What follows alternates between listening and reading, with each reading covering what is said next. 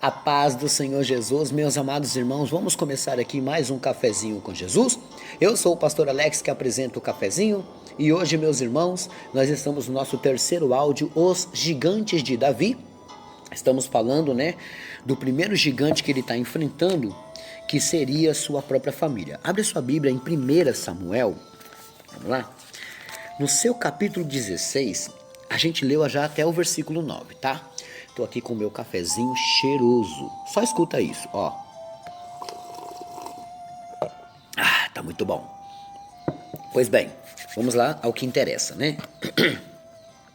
Vamos ler o versículo 9 só para continuar. Diz assim: Então Jessé fez passar a Samá, porém disse, tampouco a este tem escolhido o Senhor. A gente viu aí que passou os 3 filhos dele, né? Passou Eliabe, Abinadab e Samá. E esses 3 foram reprovados. Versículo 10. Assim fez passar Jessé os seus 7 filhos. 7 filhos ele tinha, né? Diante de Samuel. Porém, Samuel disse a Jessé: O Senhor não tem escolhido a estes. Então, disse mais Samuel a Jessé: Acabaram-se os mancebos? A palavra mancebo significa filhos, tá? Jovem. Acabaram-se os mancebos, os jovens? E disse, ainda falta o menor. E eis que está apacentando, esse apacenta as ovelhas. Disse, pois, Samuel a Jessé, envia-o, manda chamá-lo, porquanto nós não se assentaremos em roda da mesa até que ele venha. Isso aqui já era uma honra ao rei, né? Davi já estava sendo honrado aqui, ó. Nenhum dos 7, junto com seu pai, e nem Samuel, sentaria na mesa enquanto ele não chegasse. Que importância esse menino tinha, meus irmãos. A gente viu aí que Jessé enviou seu menor. Ele pensou assim, ele é pequeno, não serve para obra, então deixa ele cuidar das ovelhas. Vou pegar os melhores e os mais fortes, né? Você viu aí que esse texto é famoso. Deus não vê como o homem vê. As nossas piores escolhas é porque somos enganados pela concupiscência dos olhos. O nosso olho bate numa coisa e a gente deseja. A gente nem sabe o interior daquilo, o problema ou as soluções daquilo. Mas a gente bate o olho e vê. Pronto. Agora olha o verso 12, meus irmãos. Vamos continuar aqui, porque vai até o verso 13, né? O 12 diz assim, ó. Então mandou em busca dele, trouxe, e era ruivo.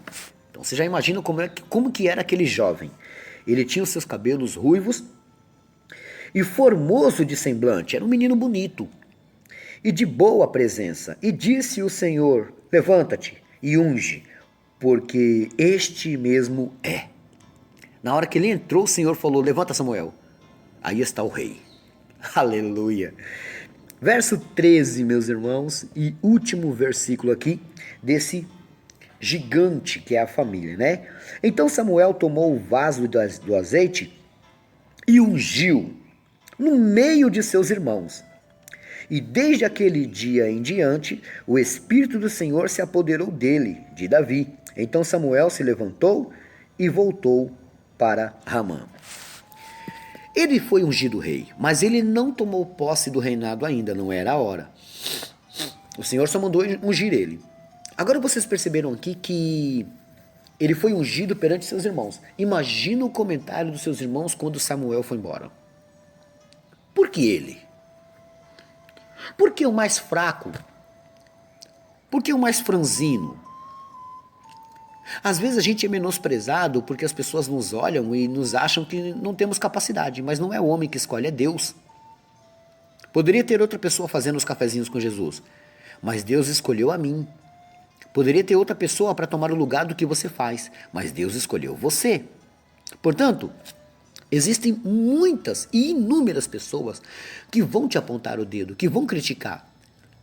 O primeiro gigante que a gente não acredita que vai ser contra nós é a própria família.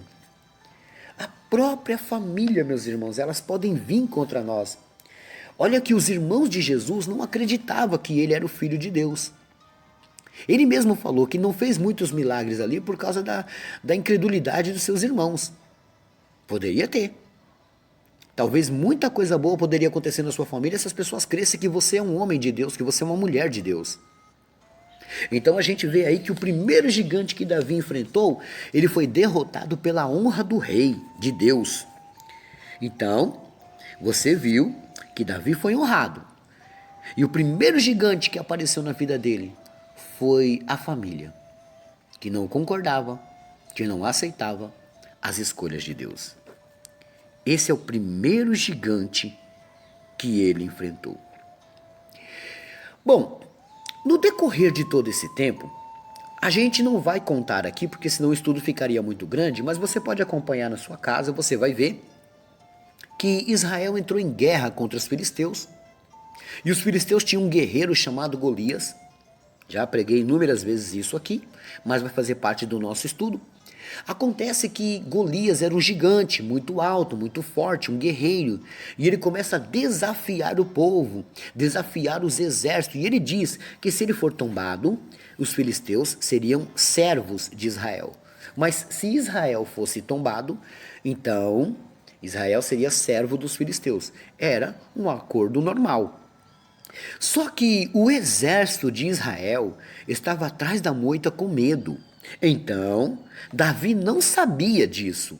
Ele não tinha conhecimento que o grande exército de Deus estava com medo. Olha o que o medo faz. A pessoa tem Deus, mas tem medo. O medo encovarda ela, diminui Deus na vida dela. Então, o próximo gigante, né? O que nós vamos ver agora, o próximo gigante, é o próprio Golias, porque seria um desafio. Quem seria Davi? Davi tem duas etapas, um antes de Golias e um depois. Davi já está ungido como rei, mas ele não se apossou do reinado, ele ficou quieto na dele. Com certeza o sacerdote explicou, fica quietinho, porque vai chegar o momento de você tomar posse do reinado. Deus primeiro vai tirar o reino das mãos de Saul. Então, Davi ficou na dele. Só que agora aparece um gigante na história. Abre a sua Bíblia comigo, né? Você vai abrir aí em 1 Samuel, do 17, capítulo 17, do 12 a 24, né? Então, vamos ver aqui o versículo 12, o que ele diz? 17, versículo 12 a 24. E Davi era filho de um homem efrateu de Belém de Judá, cujo nome era Jessé, olha só, que tinha 8 irmãos. E nos dias de Saul, era este homem já velho e adiantado da idade entre os homens. Foram-se os 3 filhos mais velhos de Jessé e seguiram a Saul à guerra, e eram os nomes de seus 3 filhos que foram à guerra: Eliabe, o primogênito, o segundo Abinadab e o terceiro Samá. E Davi era o menor, e os 3 maiores seguiram a Saul. Então, lembra do que eu acabei de contar? Saul foi para a guerra. E aí foi alistado para a guerra os 3 filhos de Jessé. Os 3 mais velhos, que são eles, Eliabe, Abinadab e Samá. Então eles agora estão acompanhando o rei Saul.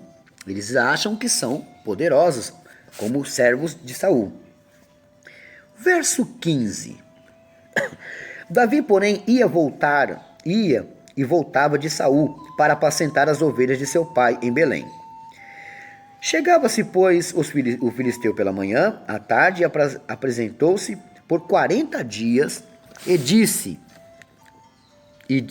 Jessé a Davi, seu filho: Toma, peço-te para teus irmãos um efa de grãos tostados e estes 10 pães, e corre e leva lá ao arraial dos seus irmãos. Então, Jessé agora prepara alguns mantimentos para os seus filhos que estão em guerra, né? E ele manda entregar esses mantimentos para os filhos. Verso 18. Porém, esses 10 queijos de leite leva ao chefe de 1000, e visitarás os seus irmãos, e vê se lhes vai bem, e tomarás o seu penhor.